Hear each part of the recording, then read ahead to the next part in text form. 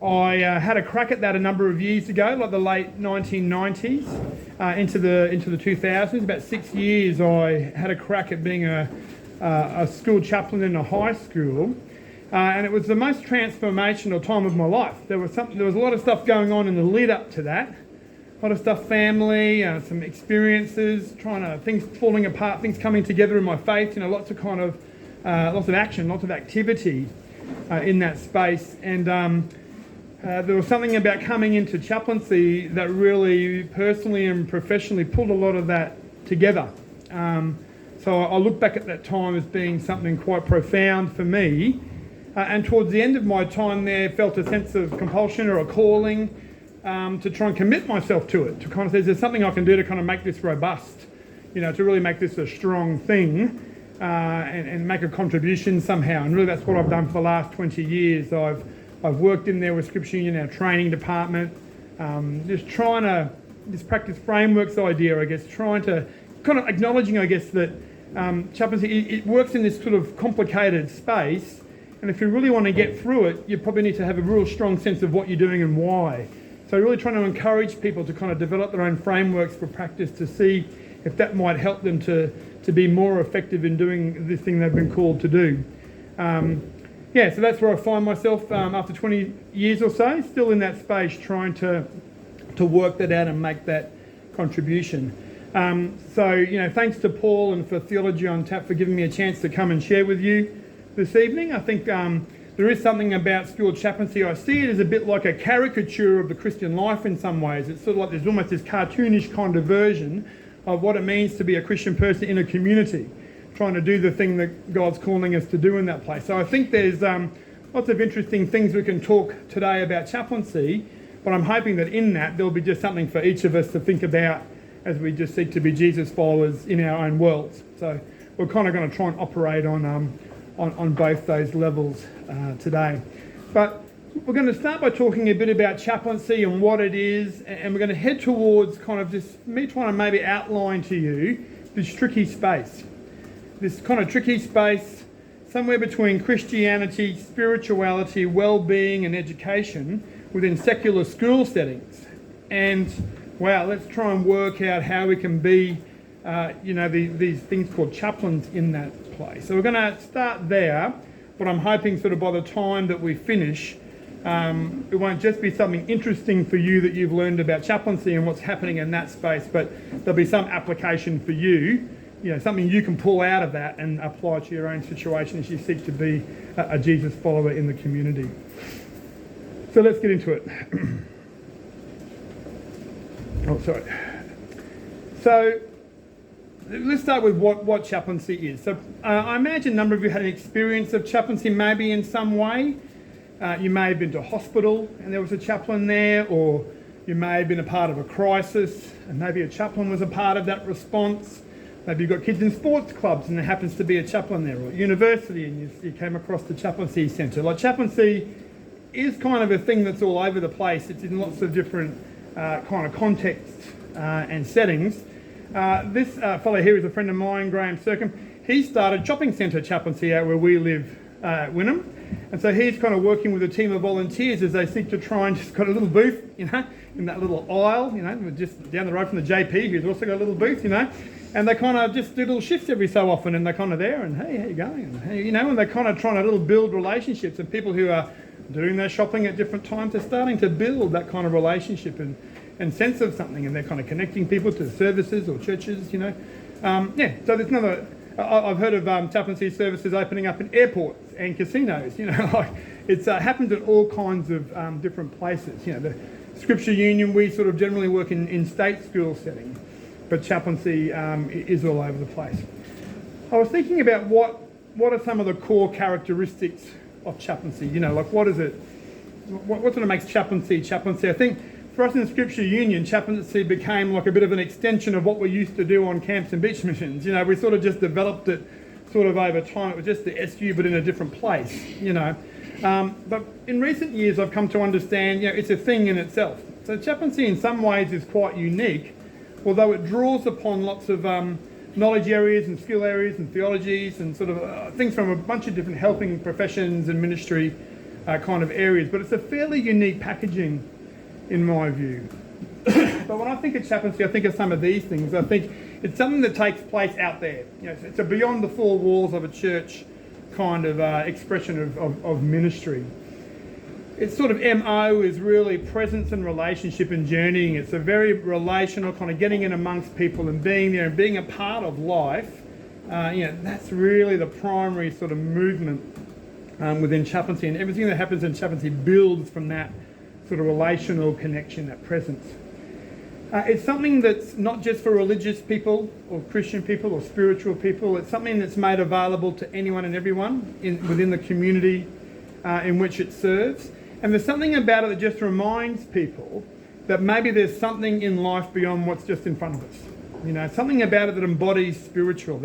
Maybe there's enough, maybe even good or bad, that's connected to the title of chaplain, that when there's a chaplain around or a chaplaincy service, it just goes, oh yeah, that's right, maybe there's something else beyond what we taste, touch, see, hear, smell, happening on the planet. So it embodies spirituality, can be a bit of a catalyst.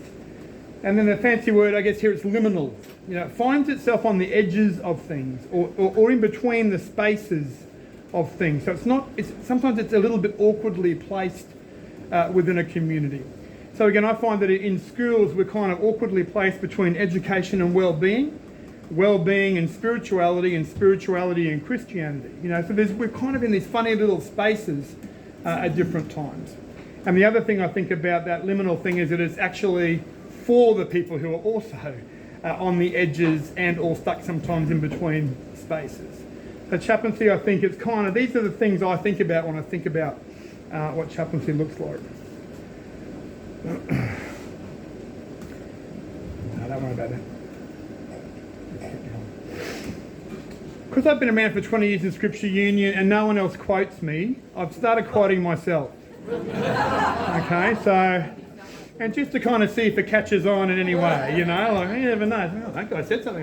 Where can I find that, But as I've been kind of wrestling through what's chaplaincy, as I'm kind of working through that in different ways, this is what I've come up with for myself when I think about how do I describe it. Chaplaincy services facilitate the purposeful presence of spiritual people in a particular secular setting to provide pastoral care and spiritual support.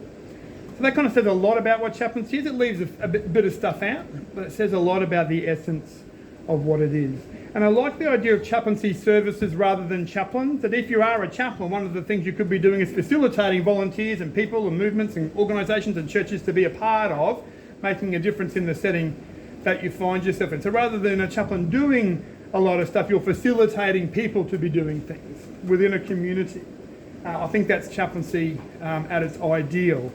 I say spiritual people and not just Christian people because just to be fair to what's happening in chaplaincy, and that in a lot of chaplaincy services we're seeing interfaith chaplaincy or chaplains of other faiths kind of joining in this thing called chaplaincy. So in a descriptive sense, I'm trying to include a bunch of people in that space who might not necessarily call themselves or identify as Christian.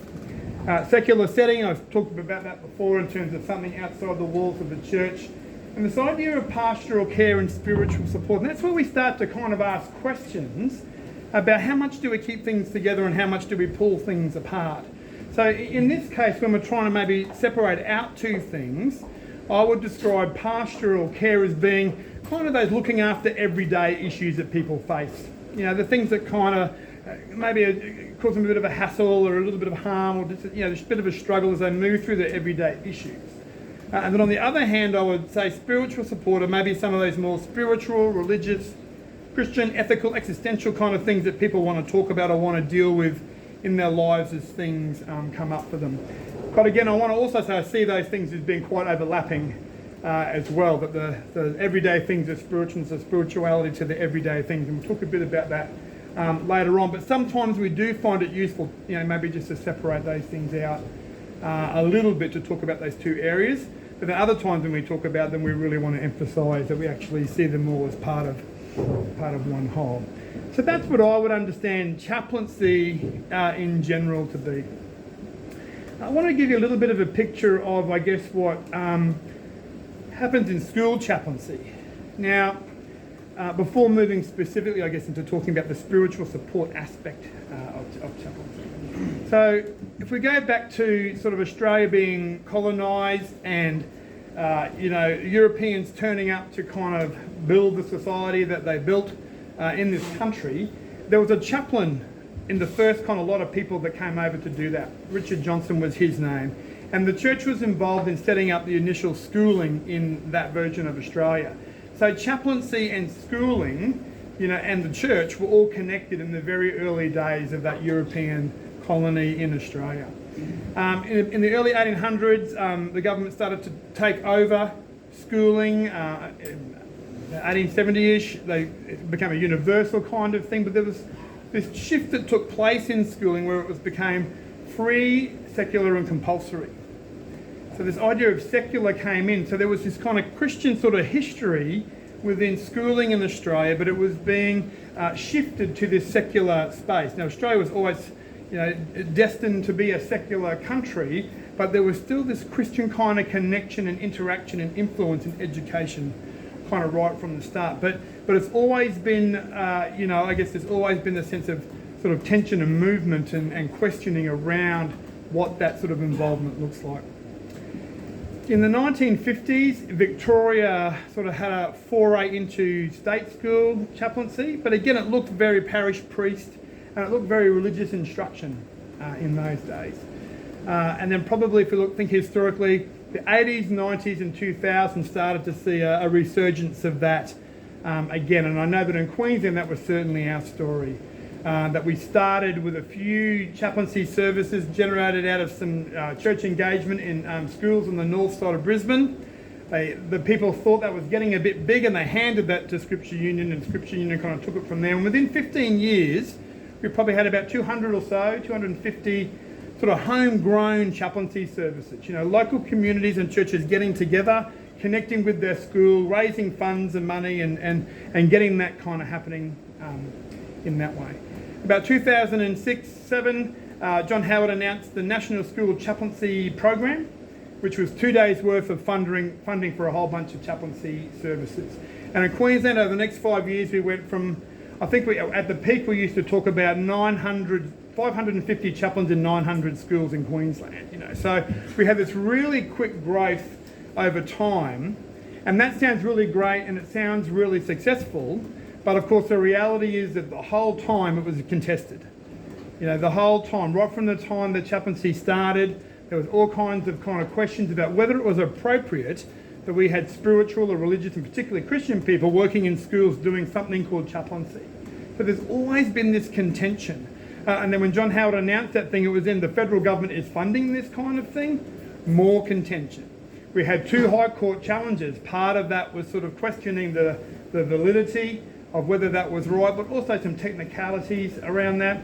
And in that time, we've also had the ACT basically say we're not having chaplaincy in our school. So all the way along, this kind of question about what is chaplaincy and is it appropriate in our schools? What kind of spirituality, what kind of spiritually infused well-being is appropriate in a secular state school kind of education setting? So all the way along, it's been a tricky space. So in talking about the tricky relationship between spirituality and well-being in school chaplaincy, one of the first things we've got to acknowledge is that while chaplaincy in its essence is this spiritually infused, kind of spiritually sort of focused sort of helping work, that's always been a problem. It's always been just a bit of a niggle in this space. It never hasn't been, but certainly today what I want to share with you, I guess, is some ways in which we see that outworking, and particularly at the moment there's some interesting things going on that I would love to draw your attention to. But before we do that, I just wanted to give you a bit of a sense of what our chaplains do. It won't take long, just to give you a bit of an idea. You can go online and you can Google something like SU chaplaincy snapshot or something, and you can get all of this in a proper little handout. But just to give you a bit of an idea, what does a chaplain do? They spend over half their time doing something which we would call social, emotional and spiritual support. But if we were to divide that up between that pastoral care and spiritual support, about 49% of that would be pastoral care and 3% of that would be something specifically we would call spiritual support. So it's this spiritual support stuff that's very specific in terms of this kind of categorisation, it's actually quite small. 3% is that specific engagement in that space. But again, because we see life as more spiritually infused, we tend to put those things in together and saying the social, emotional and spiritual support is all one thing at over half of what chaplains are doing. And you can see there the purple one is role modelling mentoring activities. That can be a chaplain doing that, or actually promoting other people doing that, running programs or sort of getting other volunteers in to be a part of that. 17% education support, so chaplains spend a bit of time in classrooms, just supporting kids in classes to kind of help them sort of get through those things and get better educational outcomes. That can look like other things as well. 6% is extracurricular activity, so part of that presence thing, chaplains are coaching sport and helping with the school musical and going to excursions and camps and setting up for the dance or whatever it is. They're doing lots of different things that are just part of the everyday life of the school. And then they're doing community development. They're connecting with the community, they're kind of raising community awareness for issues or fundraising for things, or they're kind of making sure the kids are accessing those things in the community that they need to do. Don't worry so much about team contribution. That's stuff that every job's got, That's the internal stuff. That's when you've got to write your report and go to your meeting and go do your PD and all that kind of stuff. But when the department has been talking about the chaplaincy role, they would be talking about social, emotional and spiritual support as 2 things and these other 4. So they would be talking about 6 kind of headings. I don't want to go too much into all this other stuff, but just to kind of say, chaplains are talking to students, they're talking to school staff, and they're talking to parents and carers. So maybe the numbers just down the bottom there. In the average 3-day week of a school chaplain, they're having 23 kind of pastoral conversations with kids. They're having 9 with school staff and 4 with parents and carers. And they can be formal or informal. So they can be the kind of conversations where there's a serious kind of thing that needs an outcome, that's formal, or they can be a bit more informal, sort of just a good life-giving conversation that's sort of substantive and just builds connection and builds good things. So chaplains are having conversations, maybe just looking on the left there, when they're talking to kids in the more formal sense, the kind of things they're talking about are friendship, peer issues, bullying, harassment, mental health, school behaviour and school disengagement. So the kind of things that in that setting are important to that kind of well-being and kind of important to that educational kind of part. And one of the things that is interesting is that what schools really like about school chaplaincy is the well-being and how it contributes to the education part. A lot of schools are quite ambivalent about the spirituality part and where that fits in. Some schools are actually against that and actually don't like it to have happen. So it's interesting when we think about some of the things that are happening in these spaces. These are the things that the school really values, but it's not necessarily the things that are valued across the school community. And the last thing I just wanted to quickly show you here was, and they run programs as well. So they run lots of activities, and you'll see the range there. Lots of social and emotional support programs, spiritual support programs, educational programs. Breakfast clubs, very popular. People are very happy to see chaplains running those kind of programs, but all kind of different things there. So chaplains are doing all these different kind of activities in school, and what's really valued by the school is not so much the spirituality stuff, but what's valued by the school, I guess, is the well-being stuff and how that contributes to the education part. So it's interesting, some chaplains will feel a lot of pressure to actually not be a spiritual, not really engage in that spiritual kind of work. They might feel a little bit of that pressure from time to time and just engage in that pastoral care. And while they engage with that in that spiritually infused kind of way, kind of seeing those issues through a spiritual lens and offering spiritual responses that maybe they're not getting in other parts of the services, they may feel like they need to not necessarily be engaging, too explicitly or too proactively in that spiritual space. So it continues to be a tricky space for chaplains. Let's go. You can just have a look at that for a minute.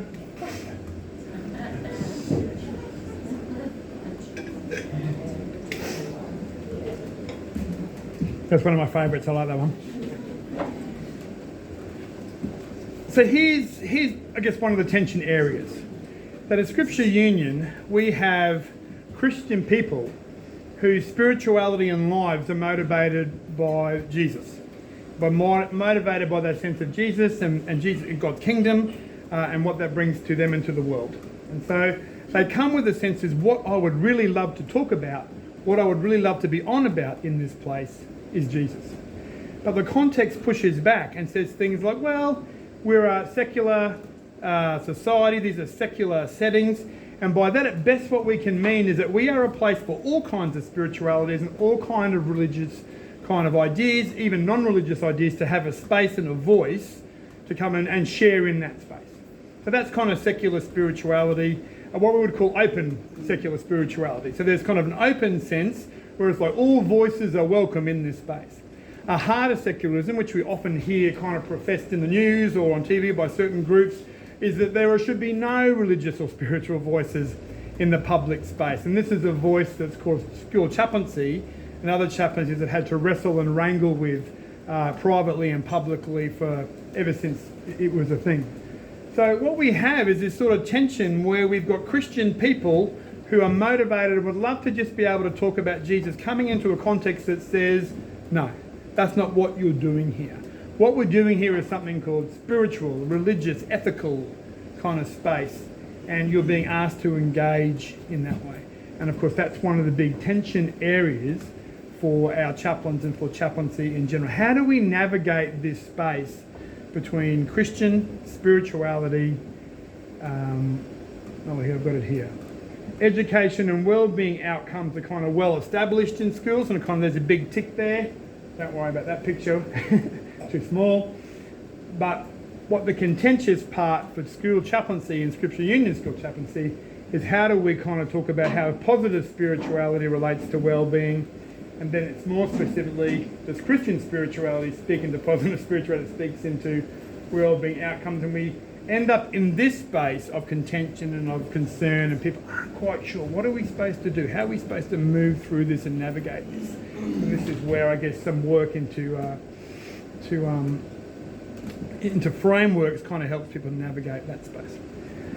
I wanted to kind of just tell you a little bit about, I guess, three things that are I'll give you three examples of something that's happening at the moment. To give you an example of a current shift that we're seeing, again, as the Department of Education in Queensland takes a step back, it would seem, in its conceptualisation and articulation of what school chaplaincy is. All right? So I was saying before that, the essence of chaplaincy is this kind of spiritually infused kind of work.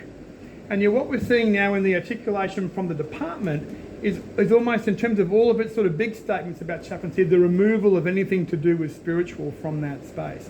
I guess this is where I want us to start to get to think about, what is this sort of dynamic? Tell us about what you're kind of experiencing, just even in your own life. Just kind of stepping back maybe from this sort of connection to things that are spiritual or religious. So maybe you're finding this as you have discussions with people in your family or your friends or in your community. People kind of maybe stepping back from this a little bit. And what might that mean for us as we try and engage for ourselves in that space? So if I was going back to, I want to talk to you about something I guess I've seen happen in the last 6 months. All right? So you'll see here I'll have 2002 statements and then 2023. So in the last few months things have changed. So this statement here, that chaplaincy services provide student, staff and parents with social, emotional and spiritual support, was something that was the lead statement about chaplaincy in the policy document 6 months ago. All right? And then if we have a look at what is there in at the moment, is it says that these workers provide optional pastoral care to support the general well-being of students in the school community. So when it's umbrella statement about what chaplaincy is, it's removed this idea of social, emotional, spiritual well-being and support from its kind of opening sort of line. Here's what it is. And then you go, well, pastoral care is pretty good. But then you look up pastoral care and it says, well, pastoral care is looking after the general well-being of students. And then you go, well, what is general well-being? Maybe there's spiritual in there. So you look into that and no, it's not there. It's social, emotional, physical, intellectual well-being. So we're kind of seeing this sort of removal of this spiritual essence of this work from its main document. The second example is this one. So again, you see team contribution at the bottom. Don't worry about that. But if you look at the top 6 role areas there. If you look 6 months ago, this was what they would say a chaplain's role was about. That pastoral care, about 50% of what they do. Spiritual support is the second kind of thing that what they do. And as we look at role modelling, education support, community development, extracurricular activities. And if you look at the current document, that's been shifted out and now that's general wellbeing. And wellbeing, general wellbeing doesn't have a spiritual part to it anymore. It's social, emotional, physical, intellectual wellbeing. So we kind of see a second example of this removal of the spirituality that is at the essence of chaplaincy services in general. And the third one, and I have loved this statement, I was so proud of the Queensland Education Department for talking about this. So Queensland Department of Education has a definitions document within chaplaincy. And they're talking about spiritual support. What is that thing that we've talked about? So you can read it there, but I'll read it for you. It is a support that is provided to assist students to develop their unique spiritual health in an open and non-judgment environment. Isn't that great that the department would acknowledge that each young person has a unique spiritual health that needed to be paid attention to? I was so excited about that. And then they go on to say spiritual health is one of the variables that influence an individual's level of overall health and is considered to be a positive sense of belonging, meaning and purpose in life. It includes values and beliefs that influence the way people live and can be influenced by an individual's connection to themselves, others, nature and beyond. Oh, we almost got there. Ooh. For some, spirituality takes the form of religious observance, prayer, meditation or a belief in a higher power. For others, it can be found in nature, music, art or a secular community. Spirituality and therefore spiritual support is different for everyone. So I don't know what you think about that, but you know, if I was a chaplain going into a secular state school and this is what I was being presented as the territory of my work, I'd be going, yippee-yay, you know, I'm in. Let me think about what it means to work Christianly in that space, and I'm in. I've got plenty to do. I'll be so busy. But of course, that's the definitions document for 2022. If you go to the current document, that GIF is there. No, that GIF isn't there. It's just gone. It's just disappeared. It's just not there anymore. Oh, there it is again. That's going to be really distracting, isn't it? So we can see just in these three kind of examples that we're currently engaged in another shift at the moment. There's a shift going on as the governments, federal and state, are trying to articulate what this thing called chaplaincy is that the idea that it is a spiritually infused something is actually they're retreating from that in that space. They're not here to dob on the department and kind of create a fuss and get you to all to rally to go and write to your member about that. You know, I guess what I'm saying is there's something going on in that space. And for me, when I ever see kind of policy expressions or kind of things talked about like that, it just makes me wonder what's going on in society. How is this particular sort of movement in this place an expression of what's going on in the world? You know, what's going on in society? And I guess what I wanted to do is to give you a chance, now you've been listening for a little while, is to have a little bit of a talk to the person next to you about that. All right? In kind of having a look at what's happening in that space, seeing this sort of backward step from spirituality as part of chaplaincy, what's ringing a bell for you when you hear that? And I'm not saying, what you should think about in chaplaincy in that space, but what does that ring a bell for you in kind of what you're experiencing as you kind of listen to the news or talk to your neighbours or talk to people, your family and friends? How is that kind of connecting with what's happening for you? So I just want you to just going to give you a few minutes just to kind of maybe turn to the person next to you or people that you came with and just kind of have a chance to talk through what you've heard so far. And then if anyone in a few minutes wants to kind of just maybe make a few comments, we'll give you a chance maybe to make 3 or 4 comments, and then we'll move to what I want to kind of talk about at the end. Because I want to just before I do that, I guess the thing I want to say is last week I was at our Scripture Union conference, and one of the things we do there is we have new chaplains induction. And guess what session I have to run with them? Spiritual support and spiritual chaplaincy. So I'm kind of going, you know, like, well, there's good news, everybody. 6 months ago we would have taught you this and what a great world you were living in, and now we're talking to you about this. So I guess part of what I want to help you just sort of, it may even give you part of reflection today is, what do you think we should have been saying to them about what's ahead for them? What's next in this climate? So you can play around with that question, or you can play around with just what you want to talk about. I'll give you 5 minutes or so to chat, and then we'll come back and we'll just see if anyone wants to say something about that.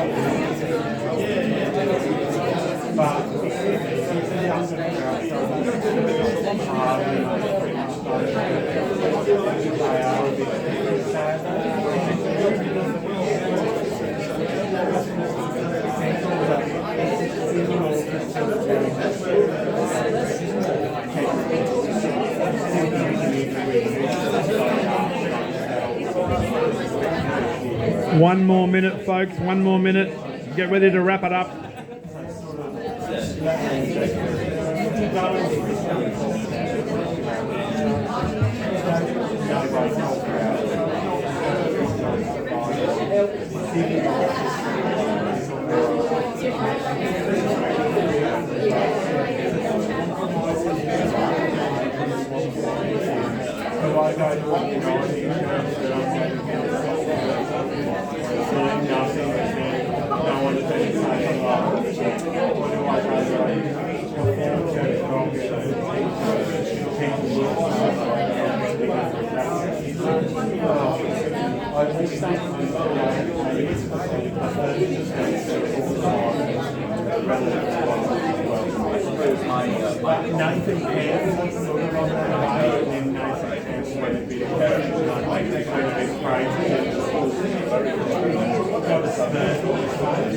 Okay, folks, I'll try and rein you in now. Tell the person next to them that they're very interesting and it's time to be quiet. Tell them both those things are existing at once. You're very interesting, but it's time to be quiet. Something like that anyway. So you might just see if there are a few people who wanted to share just a reflection to this point. Just their own reflection either on maybe just what that kind of says to them about what's going on, or even just think about that question. What would you be saying to people in that spot? How are you going to engage in spiritual support in a context that's not really asking you to do that anymore? It's not really articulating that that's what's sort of required here. So any of that, is there anyone who'd like to maybe just share? I see that hand at the back. Hello, Kat, how are you going? Speaking nice and loud because I've got a microphone, you haven't. I don't know if anybody watches Utopia.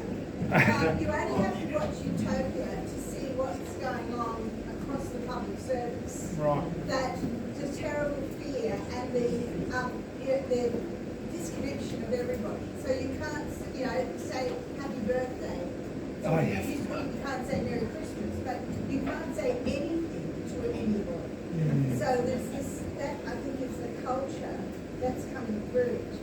And then the Christian spirituality has been under attack for a while. And what really amazes me, because as you know, I'm from meditation and Christian meditation, we were making some inroads into the state schools as well as the Christian schools.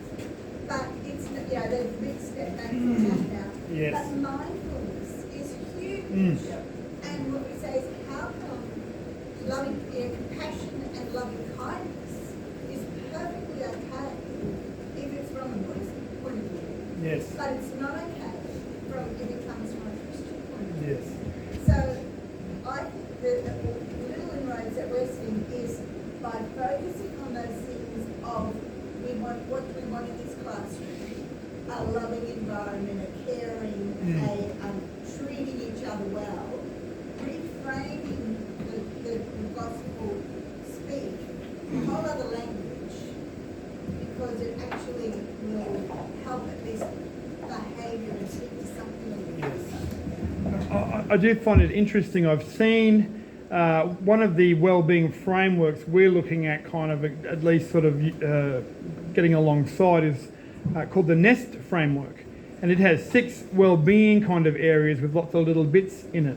And I was talking to some chaplains last week about this wellbeing framework. That's a secular community wellbeing framework. I said, how much of that do you see spirituality in that and Christian spirituality in that? And so as we went through all the little different things that have been identified as social and emotional well-being, we kind of went, wow, this is in the scripture, this is in the Bible, this is whatever. And a lot of the things like loving kindness, peace, can we have a little bit of self-control in the classroom, please?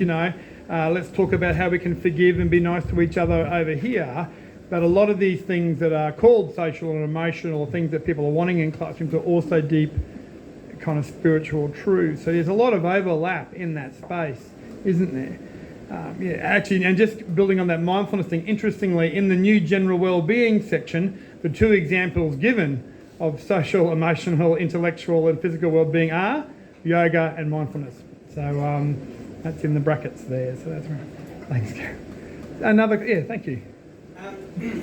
I work at QUT, and it's just very interesting to contrast what's happening, in that rather large organisation, about a month or two ago, they released a spiritual support Oh, I saw that. and inclusion action plan. Yes.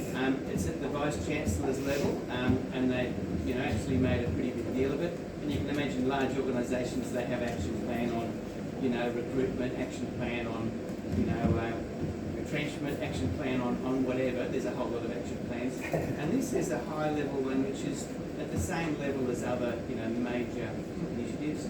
A slight degree of cynicism perhaps that we have a lot of international students, and QUT desperately wants to tick a box that when they look at the website of QUT, they want to think that this is a place that will be friendly to someone of whatever faith. Yes. So that is important, but there's a whole lot of background to it, perhaps going back about 20 years, in all honesty, but it is interesting that it's such a contrast to what you're saying about the Department of Education. Yeah. Yes, because, and for me, when I think about what the Department of Education is doing, it seems to be a backward step. It seems to be there in some other areas. There's a lot of evidence based around spirituality and well-being. There's a lot of, we're just talking to Paul, in medicine. There's lots of acceptance of that link, and sort of teams having spiritual outcomes. The team is supposed to, so much so that in some of the articles they talk about what is the role of the chaplain now, because we've all got spiritual outcomes we're supposed to be achieving. So in some sense there's this movement this way, and yet in this case we are seeing a retreat. And is it about fear, or is it about kind of, the utopia kind of, we've got to keep out of trouble in this space, but over here... Well, QUT doesn't have a minister who's elected by, Right. ultimately elected by the people. Are you saying you think that might be a factor? Well, you can presume Yeah. And it is interesting, you're kind of saying, I'm just thinking again about this NEST framework, that when it talks about religion and spirituality, which it does in two of its little things explicitly, it's under culture and identity. So it's like, yes, you can talk about spirituality and religion as part of within this wedge, but the idea that there would be a spirituality pervading through all of life is not there. It's a little bit, you can have your beliefs and you can have your religious things in your family, and as long as it stays within that little wedge, we'll allow it, Minister. But the idea that a spirituality might pervade is not sort of expressed in any kind of way. So, yes, sir. Now they've got here with spirituality, all it really seems to have to do with character, personality, and what drives you to do anything. And what people just do what they do because they do that. Spirituality, like you go in a church or whatever job you have or whatnot, that is pretty important. Is that what, sorry? Like spirituality, like your character, personality, like why it's driving you and what you're doing. If we go in a church or why have a job you have, whatever you're trying to do in your life. Yeah, so it's interesting the different kind of different ways people kind of understand that and use that in their lives. Yeah. Steve, can you just rephrase that, because we didn't hear any of that. Can you just speak up and If you want to repeat the question, maybe with the microphone. Yeah, come up here and repeat that question. Yeah, I'm a bit soft-spoken. That's a bit of an issue. Yeah, but what I'm saying with spirituality and whatnot, most of it seems to be entwined in your character, your personality, and what's driving you to do, anything at the moment. Like, I may have a particular kind of job, you're trying to make a change in life to get healthier, or undertake a PhD or whatnot, even go to church. Because a lot of people just go through the motions, do what they do just because, but spirituality is kind of entwined in what's driving you in your life at the moment. Yeah, that's right, thank you. Yeah, it's quite an integrative framing up, isn't it? That spirituality can be understood as that, not just one little aspect of what you do or one little section, but actually the whole framing up that pulls everything together. Yeah, thank you very much. That's a good comment. Maybe one more and then we'll kind of just soldier on. Would Scripture you ever consider the department's gone too far and just pull out? Oh, Scripture. Just turn off the... Yeah. I am not here to speak on behalf of Scripture. I think not, and so this is me speaking on behalf. I won't speak on behalf of Scripture Union. Because I think that the idea that we're there and present and being a part of whatever we're being asked to do, however, limited that might be, I think for us there's a sense of we would rather be there and be a part of things than not be a part of things. So that would be my sense, that we would rather stay and be there in a chaplaincy that hasn't necessarily got spirituality explicitly in it. But one of the things that I think in this space, and this is, if I was to say, what did I start to say to our new chaplains that other day? I said, well, people do change laws and people do change policies and they do change statements.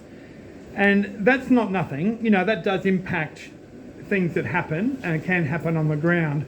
But my really strong, deep sense is, and maybe this is where we start to get a bit theological, is that they can't legislate against the way the world works and the way God works in it and the way human beings are. So that maybe even though there are things we can and can't do or being directed to kind of do, if the world is God's world and the people are God's people, they can't legislate on policy against that dynamic.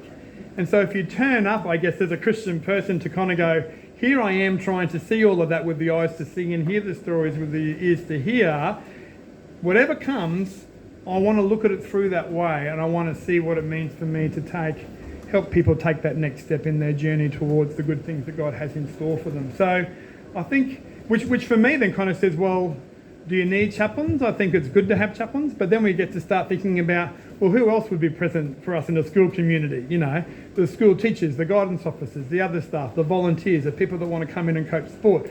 Anyone who wants to be in that space in a sense and have that sort of awareness and move through that world in that way, that's the kind of thing, I guess, that we would be looking for. So the encouragement, I guess, I tried to have for our new 25 new chaplains who are starting was kind of like, yes, spiritual support is that 3% of thing is kind of being sort of attacked or being removed or being stepped away from. But you can't help but look at even general well-being because of who you are through the eyes of spirituality. Life is spiritually infused. And if you step up and look at social, emotional, physical, intellectual well-being through a spiritually infused eyes, it's not just two little things compartmentalised in a wedge. All of that map is a spiritual thing and you can engage. I wanted to sort of, as we head towards the end of our time, I guess finish with, given it's theology on tap, a little bit of theology, not just tell you stories about what's happening in the world. And if you want to read along or you've got a Bible, I was listening to something the other day and the person said, turn on your Bibles for the first time. And I went, oh, that's cool, I get that. They had a little giggle and said, turning on a Bible. Kind of, did you realise what you said? I don't know, you may have brought an actual old school Bible that you would like to open. Oh, good for you. Your dinosaur. But if you also would like to turn on your Bible, if you would like to. Anyway, Mark chapter 4, the parable of the sower. All right, the parable of the generous farmer. And I guess for me, this is a dynamic that I really wanted to encourage our people to kind of say, if this parable is true, then if this is going on, then we can have some certain expectations of what we're going to come across, regardless of what it is that the policy says about the specific spiritual parts of our job. I won't read it, I just want to kind of paraphrase it a little bit, I guess. But Jesus tells this story. I call it the parable of the generous farmer. I think the impetus is really on this farmer who is generous with the way that the farmer shares the seed. All right? So the farmer goes out and is spreading the seed out across a whole bunch of different sets of soil. So one is the hard-packed path. It's kind of bouncing off. There's not much response there. Birds are taking that away. Not much of a result. There's another sort of area where there's rocky bits. There's a little bit of action there, but not too much. There's another, a bit of soil. It kind of happens, a bit of stuff grows up, but there's some weeds going up. It's sort of, so again, a bit of action, but not too much. And then, of course, there's this lovely celebratory last sort of good soil where there's flourishing. It's 30, 60, I think, and 100 times. Now, one of the things I love about this passage is, because it can be a little bit of a nerd and, word nerd and all that kind of background of the Bible stuff, nerd stuff. And, the idea that the seed, the word behind that is logos, And logos can kind of mean different things, but really, in my mind, it kind of means a divine revelation, a divine plan, a bit of like God's kind of hearts, passions, desires for how things work in the world and how things can be kind of shared out, a bit of a revelation of God to people. So it's such a big word that for me, I think the only person who can wield the Logos is God. So for me, the farmer is God, the Logos is God's revelation out to human beings, human hearts, who respond or are ready to respond to that in a range of different ways, depending on what's going on for them. So one of the things I was saying to our chaplains, guys, is if this parable is true, when I turn up to school and I turn up to the people who I'm chatting with, my expectation is the farmer has been doing the farmer's thing. All right, the farmer has been generously, extravagantly, perhaps even wastefully sharing himself with the human heart, the human people in the world. All right. Now, a lot of people I might come across might be hard. Their world might be a bit hard packed, and they will have no awareness that that's actually going on. But if I think that parable is true, I'm going, even if that's kind of what I'm getting, my sense is that God still has been doing that kind of work. So my encouragement to them has been going, if this parable is true, God has been the one who has been at work. When you turn up, you should be expected, if you have eyes to see and ears to hear, that you may be able to, as you take time to get to know people, do that sort of intentional journeying and presence kind of relation stuff. But if you take some time with people, you might actually start to make some connections and kind of see where that's actually been happening in that life. And maybe even a part of conversation, helping people make those connections. So it may be that as you're talking to people, you might hear and kind of hear the hard-packedness, that doesn't sound right, does it, of that life, or the rocky bits in that life, or the weedy, distraction-y bits in their life, and coming to go, maybe I can kind of do some work as we're kind of interacting and engaging to kind of see what we can do to help that soil be more receptive to the God who is apparently doing that work with people. So just encouraging people to go with a sense of expectancy. The school is not a God-forsaken place, and you're not going to come across any God-forsaken people. All right, God has been at work. God has been doing God's thing. Our job's to kind of tune into what's been going on and to kind of see if we can do some stuff to help the soil kind of flourish and be responsive to that every day. So I'm saying they can't legislate it. If that's the dynamic, if that's the way life works, they can make as many policies or change things or prioritise things as they like. If I turn up with that sense of expectation, that sense of seeing and hearing, there just may be something I could do to be a catalyst to help that kind of move along. And I guess for me, that flourishing sort of idea sits with, well, what is a kind of Christian view of well-being? If the school's talking about well-being, is there something that we bring to that? What does it look like for a human heart to flourish 30, 60, 100-fold? That seems to be what the farmer in that story is looking for lives that flourish and are responsive and are kind of wow in that kind of sense. And so I guess what we're doing is we're saying, yeah, we can talk to you about well-being, but we're not just talking about your well-being in terms of your social and emotional things. We can talk about that, but we want to complement that with this spirituality, this kind of sense that maybe people need to be connected to God, each other, and the world around them. That maybe it's that kind of more cosmically groovy kind of sort of well-being that we need to be kind of making sure we don't lose in this place. And again, maybe there'll still be ways in conversations with people that will still be able to do that as things move along. I should say that at the back end of all the policies, there's still scope for people to have spiritual conversations and run spiritual groups with permission from principals. It's not as if things are being forbidden and being banned. It just seems to be this retreating and stepping away from. So there's still opportunities for people to be able to engage if they've got the right sort of way of engaging. I just wanted to finish with one more reading, and then I guess we'll give you an opportunity to ask the questions. I think that's how it works. So Colossians chapter 1, if you want to again turn to that, if you've got that available.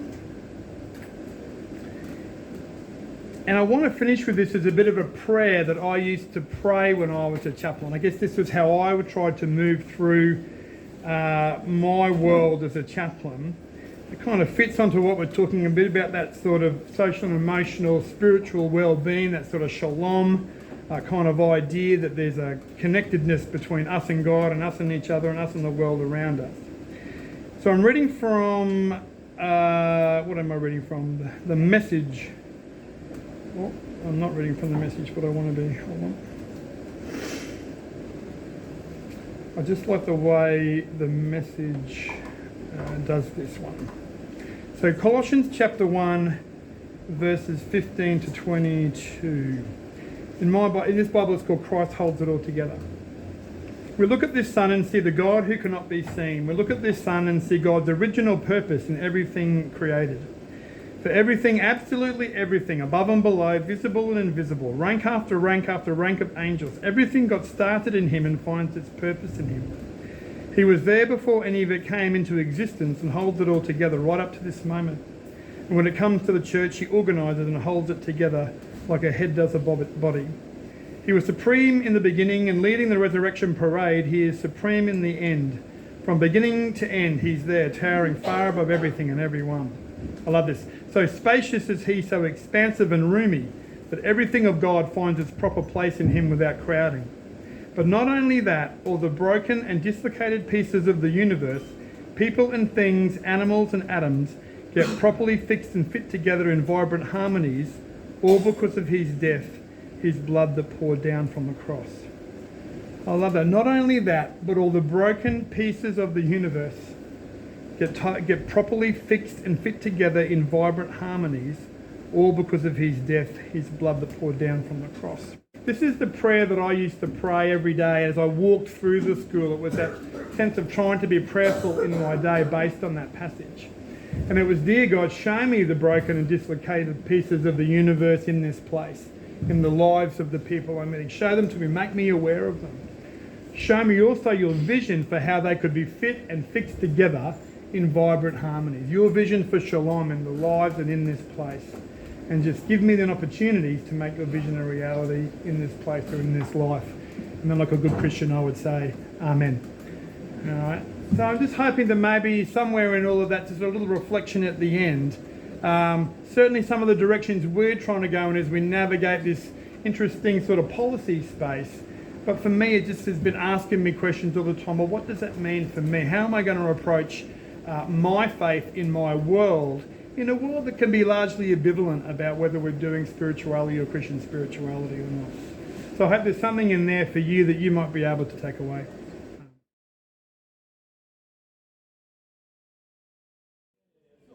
Steve's obviously done a really good job this afternoon because we've just got one question.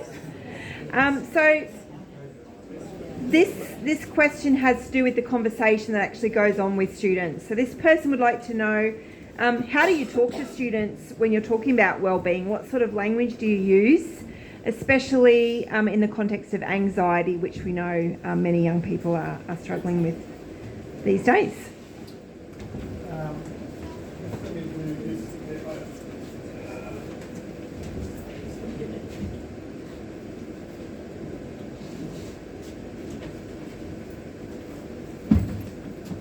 I just showed them this slide and it kind of fixes them all up. Any other questions? No. I just wanted to...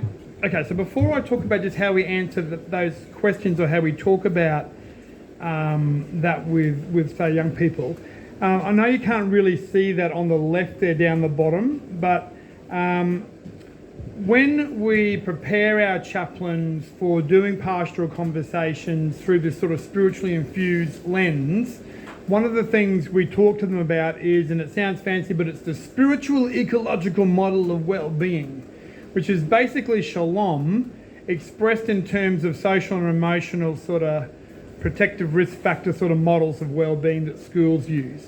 So what we've tried to do in terms of our own understanding and imparting and training and understanding to our chaplains is to say, coming from this Christian kind of well-being perspective of shalom, where it's about connection to God, each other and the world kind of around us, we want to sort of say, when we come into schools use a different language than that.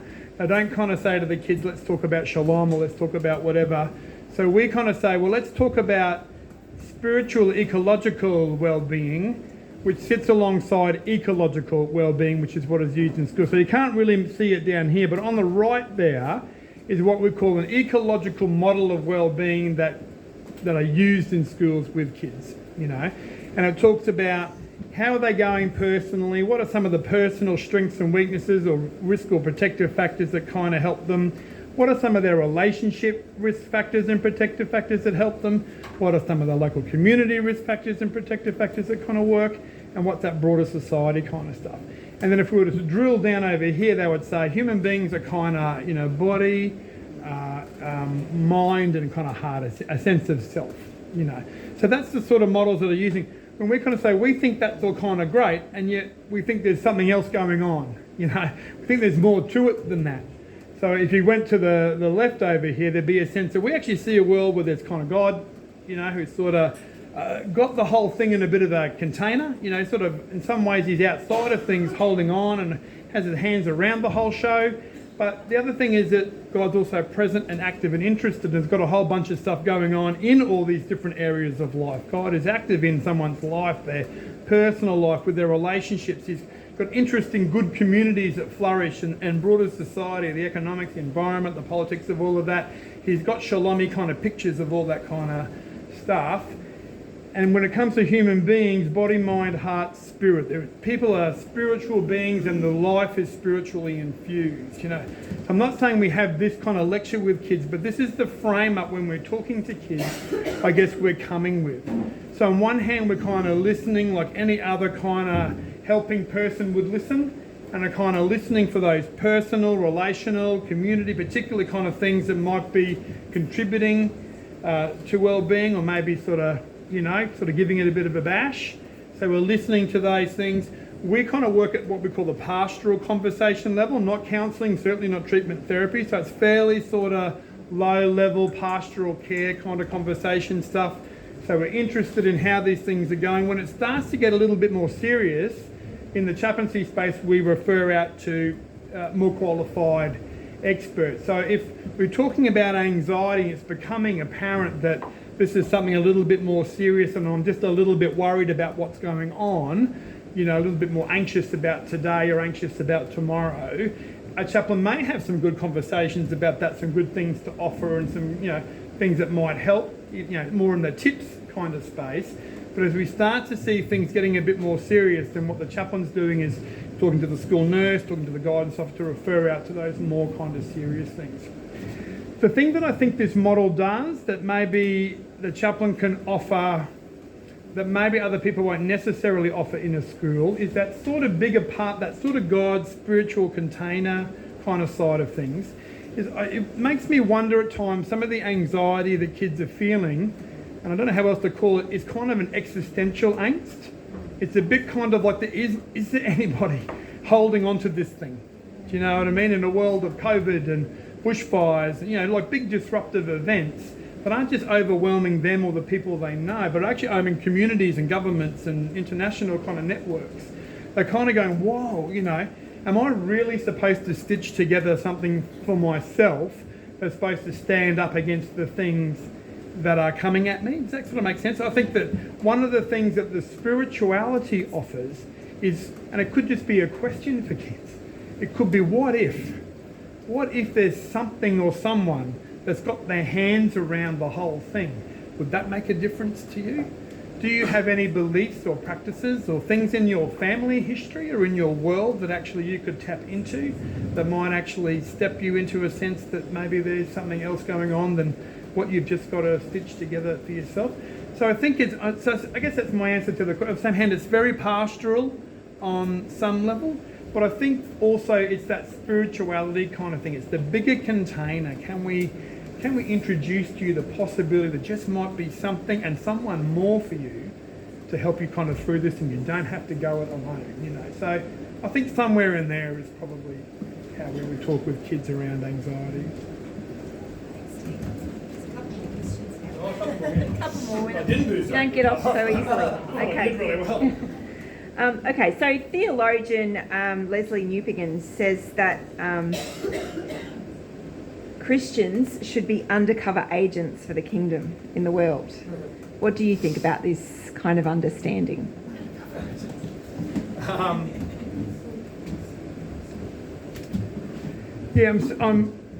I get what he's saying.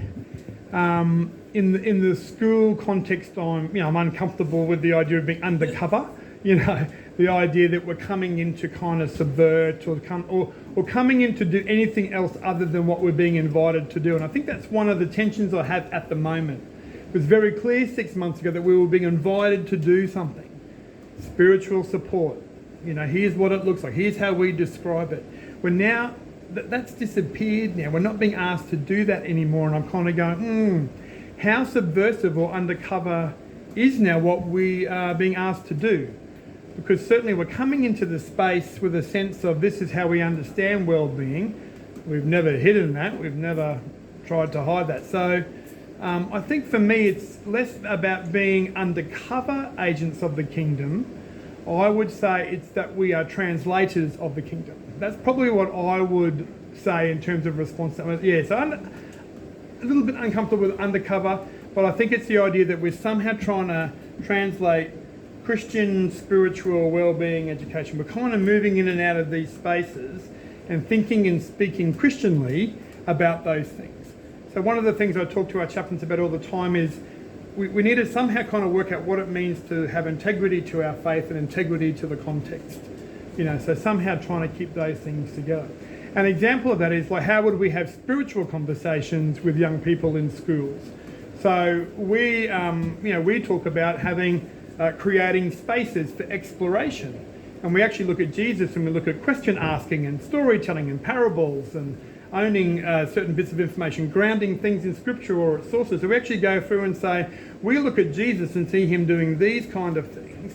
And so we will adapt them and use them in this space as best as we can so that we can have integrity to Jesus and integrity to the context. So we're not evangelising or proselytising as we have been asked not to do. We're creating a space and going, okay, here we are. And the policy kind of things does allow for things like speaking in good faith, answering questions in good faith. And again, we just keep saying to chaplains, if you remember nothing else from our induction, remember in good faith. Just do what you are doing, do what you are being invited to do. Don't do anything else and just see what God does, see what happens in that space. That's a really good question, really good quote. Yeah, and one final question. I really enjoyed you calling the parable of the sower the generous farmer. That's a beautiful idea, and I think it gives us a suggestion that you have this sense that's encouraging people to see where God is already at work and to believe that God is already at work despite the changes in policy. But this final question is really asking you, do you think that there will be a time of wrestle as you continue in these months ahead about are there things that need to be changed or need to be done differently given this change in wording?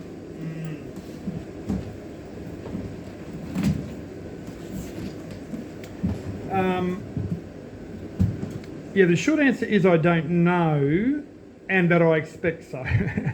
I think that this is a shift that's taking place, but we don't really know why. You know, we don't really know what it's about. It doesn't actually make a lot of sense. I was talking to Paul before. It's against the evidence base of even the broadest connections between spirituality and well-being. It's against the trajectory of a number of really important professions like, you know, medicine and counselling and social work.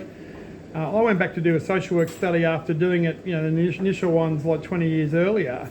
And when I did my social work training initially, you were kind of, if you were a Christian, you were kind of told you'll do a really bad job at this. You know, you shouldn't be doing this. You'll be no good at it because you're so whatever, judgmental, truth-laden, you can't let people discover their own thing, whatever it was, you know. But then when I went back the next time, it was like there were whole textbooks on spirituality and social work, whole old textbooks that have been reintroduced with chapters on spirit, you know. So social work, kind of medicine are all kind of going in this direction. And the evidence base is such that that's what it is, sort of overwhelmingly the connections are there. So why it's going on is a bit of a mystery. You know, it's almost so crazy it has to be political. You know, getting back to the utopia kind of thing, you almost think it has to be a bit utopian, not in the good sense, but in the TV show kind of sense. So, yeah. That's my question. By the way. Yes. My simple way of putting it, I see it the other way around from the last question. Mm-hmm. Scripture you did pull up. Yes. I saw it the other way around. It's an opportunity God has To lean given in. us Mm. to change our role. Yes, yes. From being the light of the earth, we should change to be the salt of the earth. Mm. And what does that mean?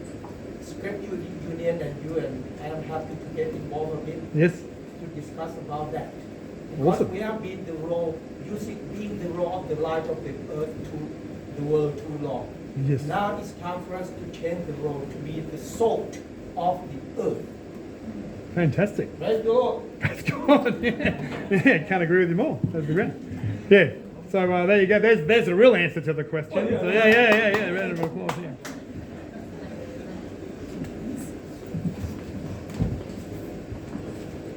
Thank you, Steve. It's really great to be able to have this conversation today so soon after these changes have occurred. And I think there's some real takeaways for all of us, given that there are lots of changes happening in society. But I really would love us to hang on as we leave today with that reminder that despite things that might seem like challenges or negatives, that God's at work and God's always doing a new thing, and we've got to look out for that work that God's doing. So thank you very much for sharing today.